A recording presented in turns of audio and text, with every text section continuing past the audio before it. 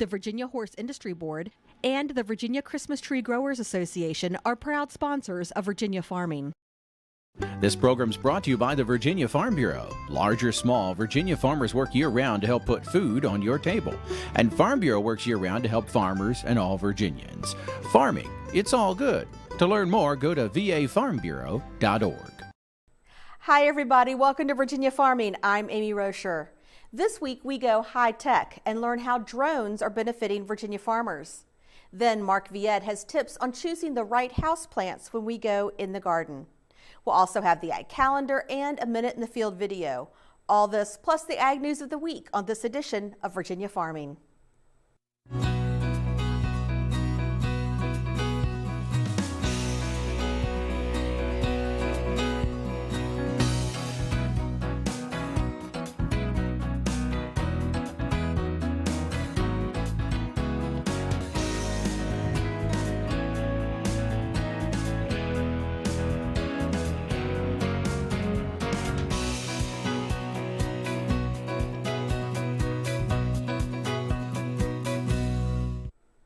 VDAX announced that 2014 was a record-setting year for Virginia peanut growers. The Commonwealth broke national records with a yield of 4,350 pounds per acre.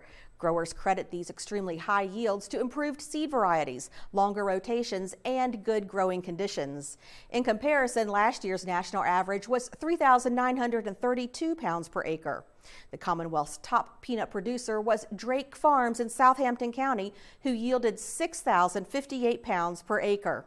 The Commonwealth is home to approximately 175 peanut growers, and the industry ranks 16th out of Virginia's top 20 agricultural commodities. Now, March is National Peanut Month, and to celebrate, the Virginia Peanut Growers Association and Peanut Proud, the industry's charitable organization, will donate more than 10,000 jars of peanut butter to the Food Bank of Southeastern Virginia. Well, agriculture is the United States and Virginia's largest industry. To celebrate, March 15th through the 21st has been named National Agriculture Week. March 18th has been designated National Agriculture Day.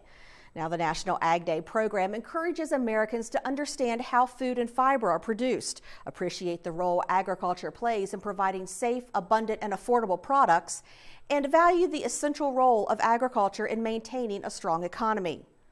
Virginia's 5th annual Agriculture Literacy Week will run congruently with Ag Week.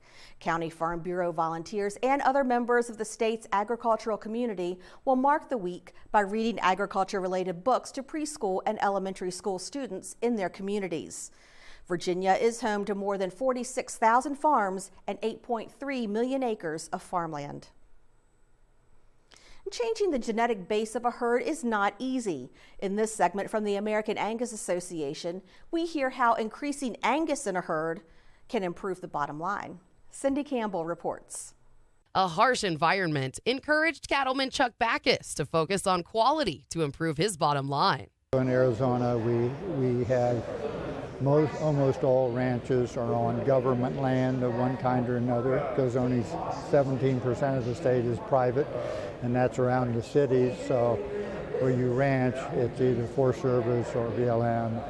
They specify your carrying capacity for that permit. That means if I'm going to make more money, or even more than breaking even, I've got to get more for my calves. The only way I can get more for my calves is to retain ownership all the way through the process to the slaughterhouse, and also to increase the quality of those carcasses in order that they will pay a premium when I get to the end of the chain.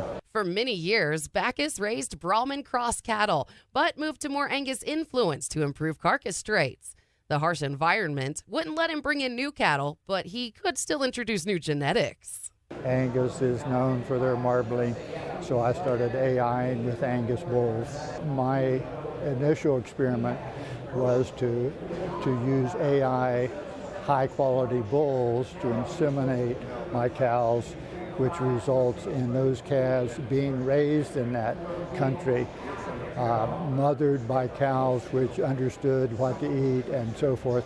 Changing the genetic base of a herd is not easy, but for Bacchus, it meant better returns in a limited environment.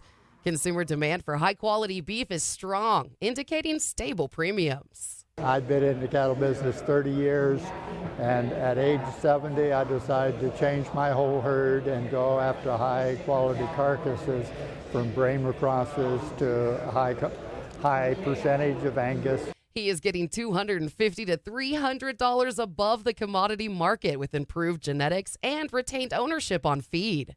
I knew it was a 10-year transition of my whole herd, since I can't buy good cattle and bring them in. It's a slow process of growing your own, and then 2 or 3 generations required. And you know, after 7 years now, and getting 80% of the calves qualified for CAB, you can do it. And if I can do it in Arizona, anybody can do it anywhere. I'm Cindy Campbell.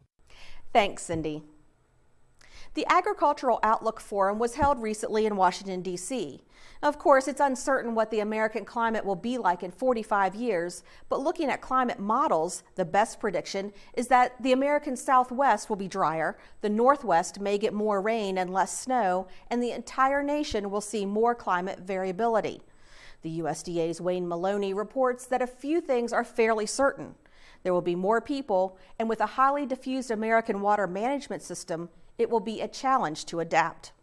Every drop of water will count.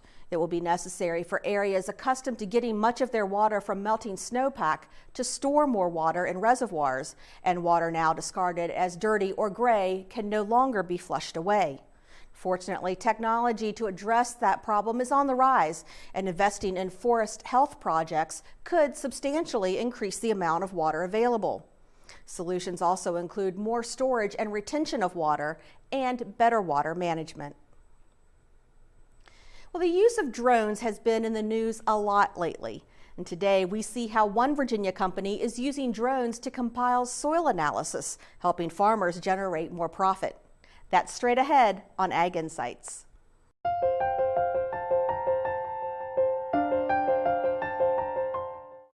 Today we're at Mariah Farms in Warrenton, Virginia, and I'm joined by co-owner of Tellus Agronomics, Tim Woodward. Tim, thanks for having us out today. Thank you for having me. Now, Mariah Farms is one of your clients. Tell us a little bit about what Tellus Agronomics does. We are a crop consulting company, so we work directly with farmers. We're independent in that we don't have any products that we necessarily sell. We primarily sell our services, focused on soil fertility and precision agriculture. And you do all that research and gather all that data using drones. Tell us how it works with the drones. How do you collect that data?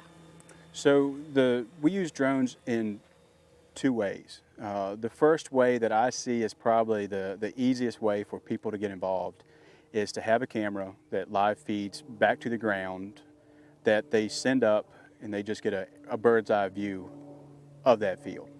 The second way, the more involved way, is where we actually put a camera on the bottom. It can be a near-infrared camera, a regular camera, multispectral camera, hyperspectral camera, a lot of spectrals. And we trigger it every second or so, like a yield monitor.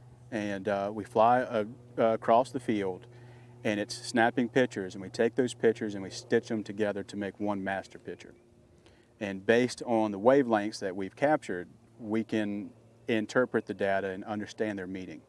Again, I try to reference yield monitors. We're looking at crop health. Many times crop health corresponds directly with yield, specifically with corn. Soybeans are a little bit tricky because we can have really nice green beans, but you will go through them and there'll be 40 bushels. And, but next to it, they're a little bit stressed and they're higher yielding. That's something to take into account as well. You collect a lot of data with these drones, but what exactly gets sent back to the landowner? So the main thing that the farmer wants, he's not too concerned about the data. He wants the end product. The end product is profit, either through improving yield or reducing inputs. hopefully both.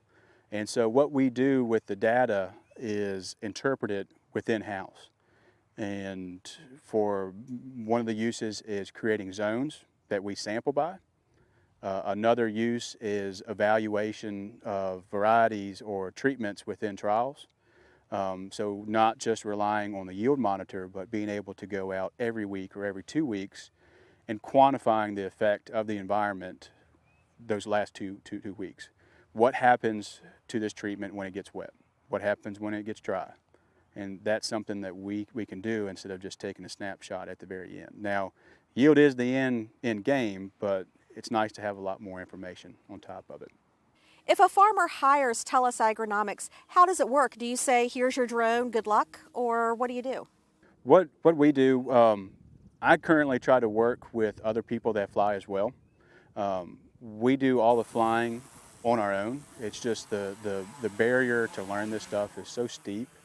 The time investment is so steep that no farmer really wants to do it, except the big ones or maybe the ones that have kids that have gotten into it and maybe they'll give it to them to try out. But what we do, we identify the need. Currently, we're working with existing clients and we're seeing, okay, you have the ability to do variable rate nitrogen. How can we utilize the data in that? And so we identify the need, we work with them to let them know what we're doing, and then we are the ones that go out and collect the data.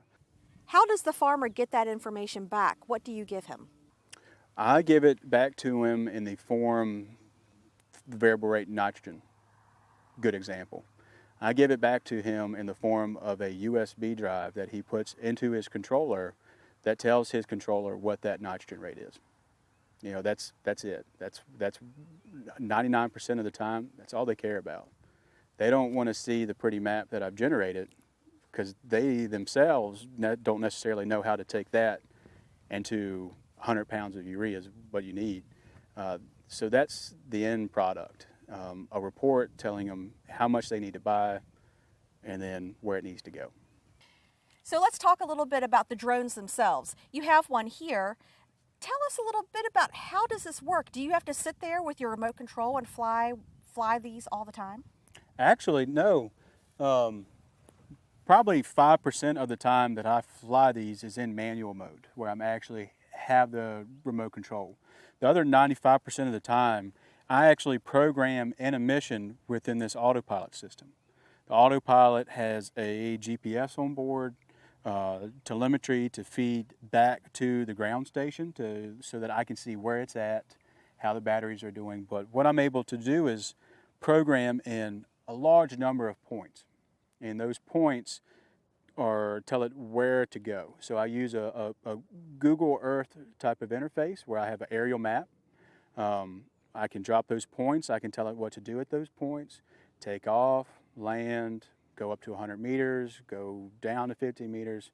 I can also program in a lot of fail-safes. And when I say program, I'm not talking about writing in code. It's really just a drop-down menu. It's super simple. Wow.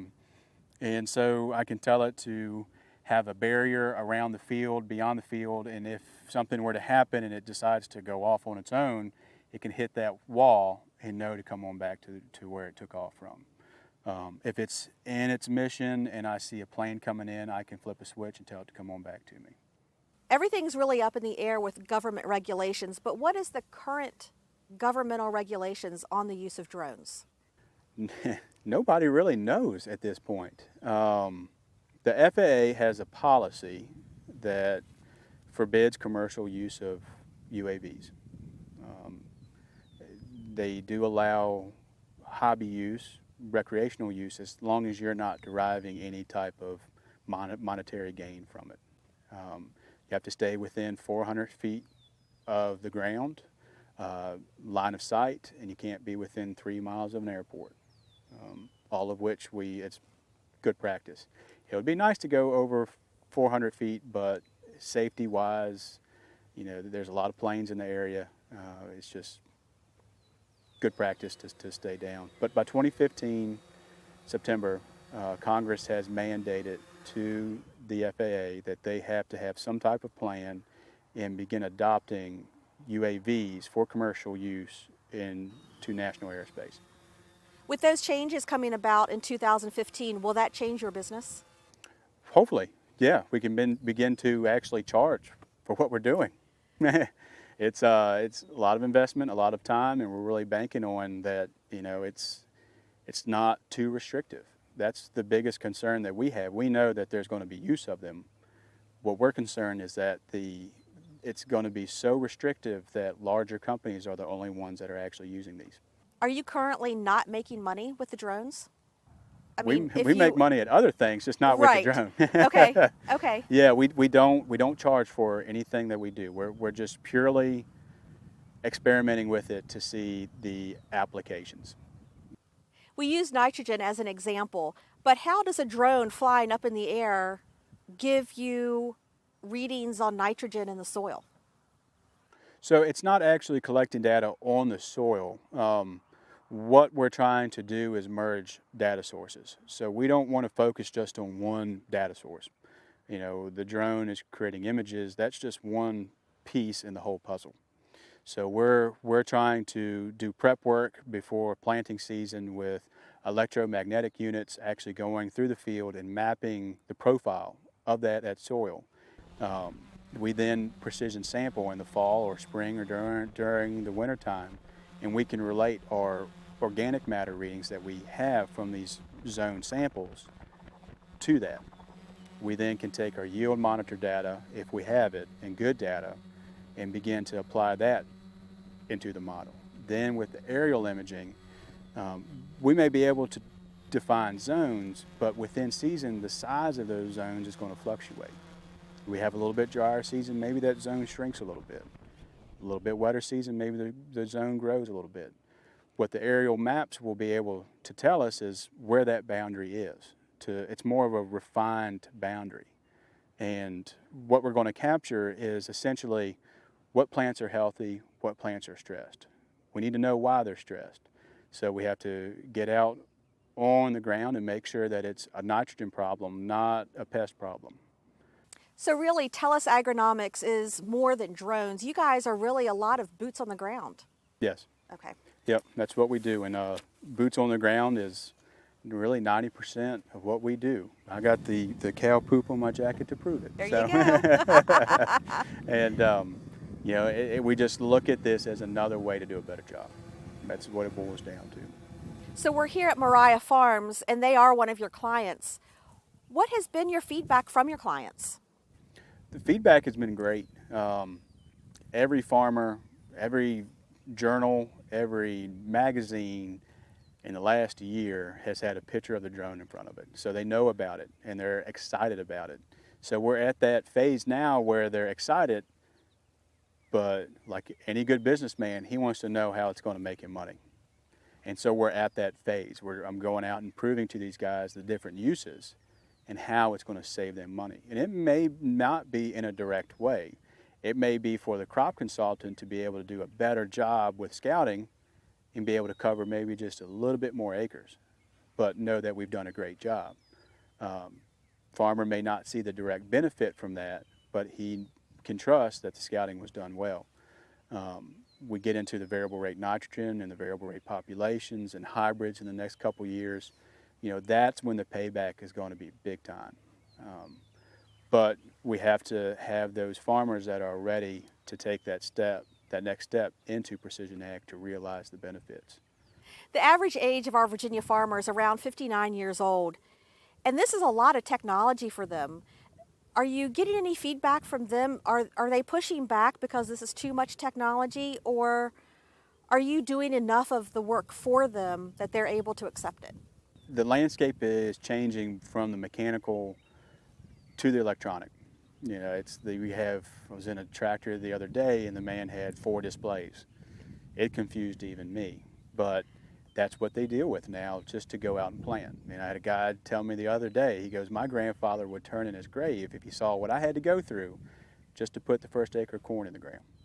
But that's where we're at, and there's a lot of benefit from it, but we have to have good data to realize the benefits. And so that's what we're trying to be, that link between understanding the data, which is a whole nother can of worms, and then making it work with the electronics that they have now. And we rely on other people that are really good at the monitors to kind of make sure that our recommendations are going to work. Because we don't want to go 99%, give them the thumb drive and say, you figure out the last 1%, you get it to work. Nobody wants that, and there's no need for it. So that's where we're at. Now, if a farmer or landowner wants to contact you to use your services, what's the best way for them to do that? Website, agronomics.farm is the best place to reach us. It's brand new. We just put it up a couple days ago. On there you will find email addresses and our phone numbers. So great. Okay. Thank you so much for meeting us out here today. We really do appreciate it. Well, thank you. We'll be right back.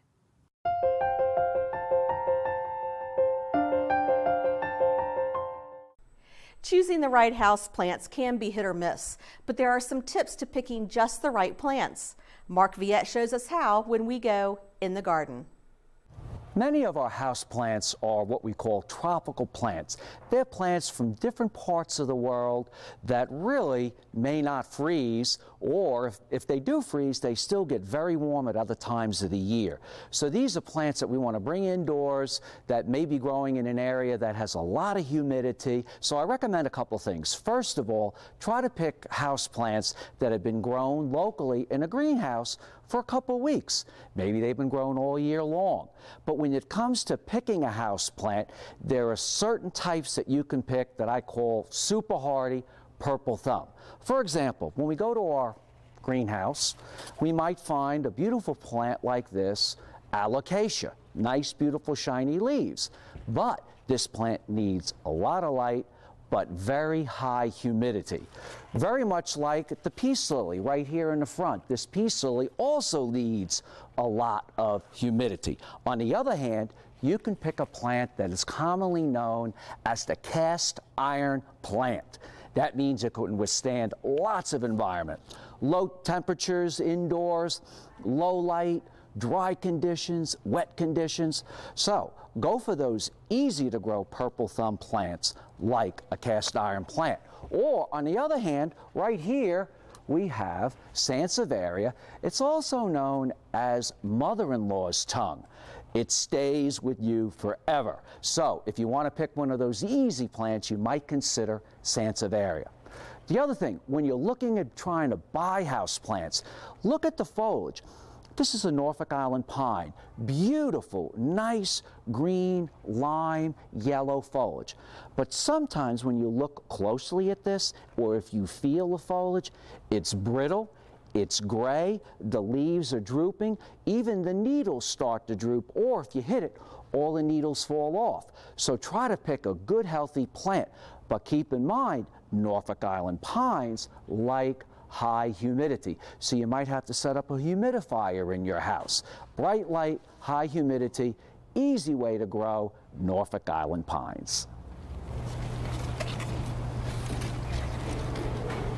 There are some other long-lived plants that you can grow indoors. One of my favorite is commonly known as the Ponytail Palm. And we grow this in a tropical garden in St. Thomas. And this plant has got to be almost 6 feet wide, or at least the base of it is 6 feet wide. And it's a beautiful, easy to grow, long-lived plant. Now, the only thing I will tell you on this plant, my cats love it. So it's really hard to grow this with any kind of foliage indoors in my house. Two other plants you could consider. One of them is Dracaena, which you commonly see. Just keep in mind, as it grows, it's common for them to lose the lower leaves, so occasionally you have to cut them back, which related to this plant here, commonly known as the corn plant. When you're traveling and you're going to like business places or malls, and when you see plants growing in those environments, it's a sign that that plant is a really easy to grow plant. So consider this plant, and you can see wherever it was pruned, it sent out new shoots just like this. I'm Mark Viette. Join me next time in the garden. Taking a look at the Ag calendar, the 57th Annual Highland Maple Festival will be held this weekend and next weekend in Monterey. There will be arts and crafts, food, entertainment, and of course you can see maple syrup being made. Visit highlandcounty.org for more information. That does it for our show. Thanks so much for watching and have a great week. I'm Amy Rocher for Virginia Farming.